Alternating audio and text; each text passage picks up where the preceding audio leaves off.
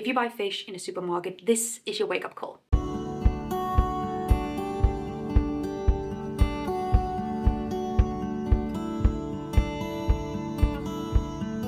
Hello everybody and welcome back to my channel. I've been invited on a mission which currently is leading me to the outskirts of Amsterdam. We drove through all these nice looking neighborhoods until we reached an industrial harbor, and this is where our story begins. Coming to you directly from 20 minutes outside of Amsterdam. I've just been dropped off here and I'm gonna stay here for the next 2 days. Stay tuned. Now this is something I want to do in my own garden as well. Just by the way, this is out of nowhere, but just a hedge made of branches and shrubbery for insects. So nice. Goals. Also, I think I'm going to be staying in one of these buildings.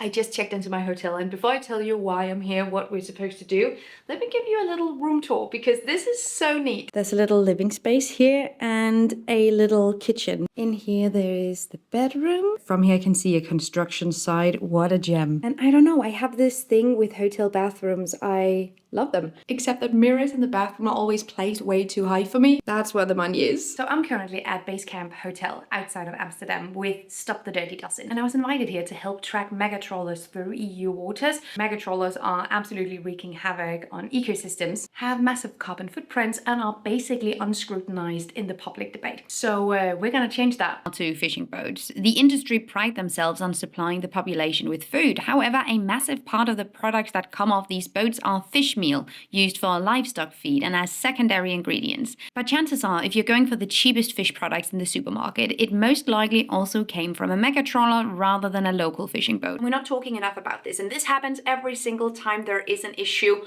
underneath the water surface. We don't see it, so we don't talk about it as much. Animal agriculture on land is a so much more visible problem that we can see. However, when the exact same destruction happens in the ocean, it becomes invisible to us and as such not necessarily as pressing or problematic. And that is exactly why we need to talk about it. While we're looking for as cheap products as possible, there are just 5 massive corporations earning absolute bank on destroying our ecosystem. If you want to follow a more sustainable lifestyle, if you want to reduce your impact, it is very likely that one of the things that you have done is replacing beef with other kinds of proteins. Many consumers are opting for fish and shellfish rather than land animals, but that is not without its own problems. It creates a bunch of new problems that we as consumers need to be more aware of, because only 28% of fish assets in the EU are caught sustainably. And that number is even lower in the Mediterranean, where it's around 9%. Okay, so back to the mission. We just got invited to a briefing on which ship we're going to track for the next month and all the available data that we need. But we also got some really exciting news just now. Literally last night and this morning, about 30 dozen came into port, and so actually we have to see the largest trawler in the world. So the relative scale is just absurd. You know, winged in the Eiffel Tower, we've got some jumbo jets just to do the job. Guide de marée.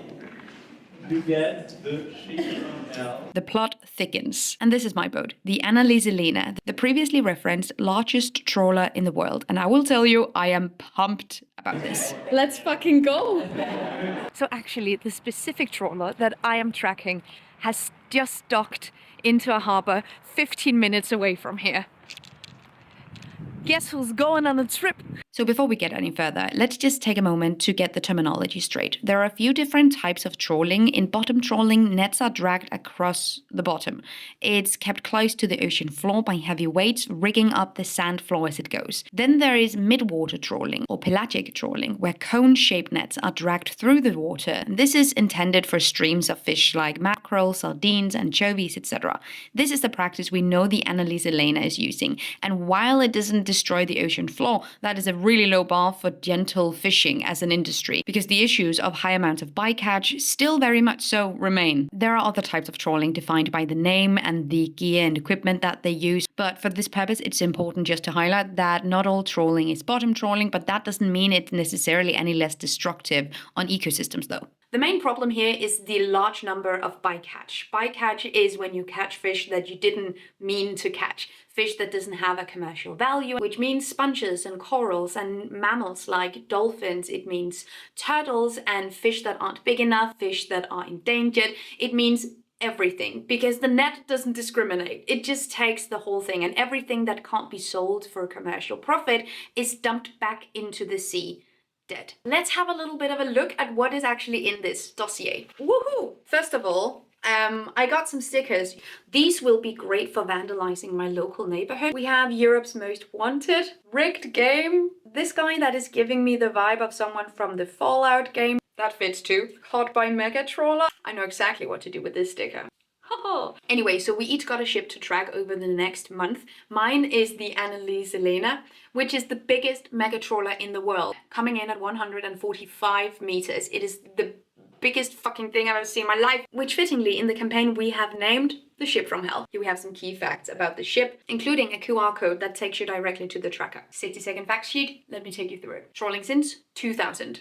So for 26 years, great. Where the most typical bycatch is dolphins. Also caught fishing in protected areas. Also has a 3-part ownership chain to make this really super transparent. We have a map and a corresponding fact sheet to see what happened where. A timeline over where these boats were caught fishing in protected areas and how they kept doing it. And lastly, the report. The key numbers from which I'm also going to share in my analysis. By no means the most important thing about this dossier, but I just feel like it deserves the tiniest shout out. The paper clips are fish-shaped. Okay, no more chatting around. We're going to the harbour. After tracking the boats, we can see that several of them have actually docked just 20 minutes away. And if you want to have a look and follow these massive vessels yourself, you can. I'll leave the link down below. And here is Dana, the Swedish microplastic researcher who also has a trawler assigned to track.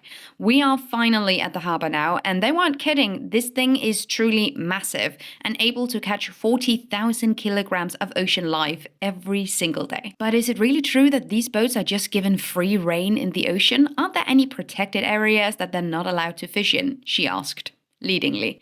There are, but they just do it anyway, because more than 25% of trawling happens inside marine protected areas. In UK waters alone, super trawlers logged roughly 7,300 hours inside NPAs between 2022 and 2025. One boat on our Dirty Dozens list, the Frank Boniface, spent 19% of its total fishing effort in 2025 inside marine protected areas. And this study found that trawling activity was 40% higher in marine protected areas than outside of them, with population of sensitive species significantly declining by 69% in these trawled areas. But the few protected areas that have been successful in keeping the industry interests out have seen biodiversity increase with 400%. So when it works, it works. But crossing our fingers and hoping for the best isn't really enough of a political strategy here. And this is the kicker. This is what it all boils down to. This is not to point fingers at specific fishermen and go, ooh, you're doing a bad job.